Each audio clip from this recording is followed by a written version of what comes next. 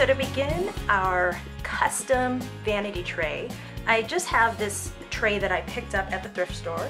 You'll notice that the price tag on it, it says that it is originally $1.99, which is a steal for this vintage vanity tray. And all I'm going to do is a simple coat of the Surfacez ink, which is a permanent solvent-based ink that goes wonderful with metal. And what's nice about using the stylus tool is that you can get into all of these little crevices. First things first, I'm taking a piece of tissue paper and some tape, and I'm just going to tape down the tissue paper to the mirror so that the mirror doesn't get color on it.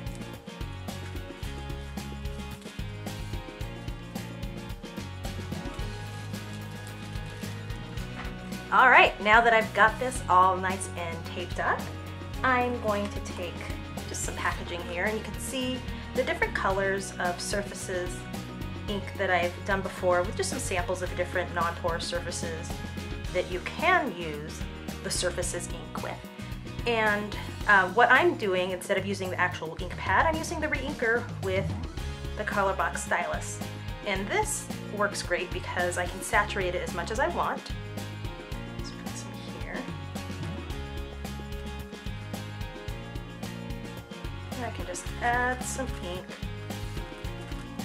as much as I want, and then use the plastic here, which is just the backing of some embellishments, and just add more ink as I want, and there we go. So now what I'm going to do is just add my ink to the metal and allow it to dry.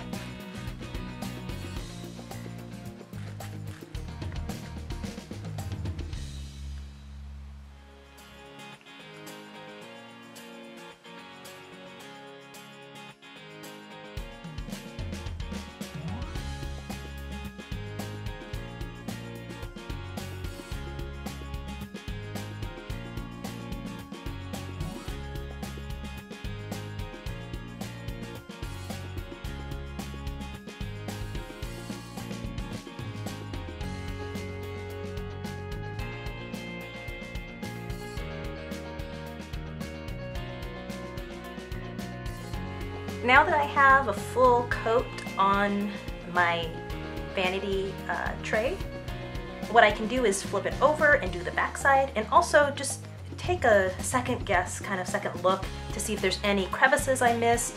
What's nice about these little stylus pads is that they're so squishy that they'll get right inside of the areas that you need. So you really don't have to spend a whole lot of time fussing with detail. The little pad does it for you.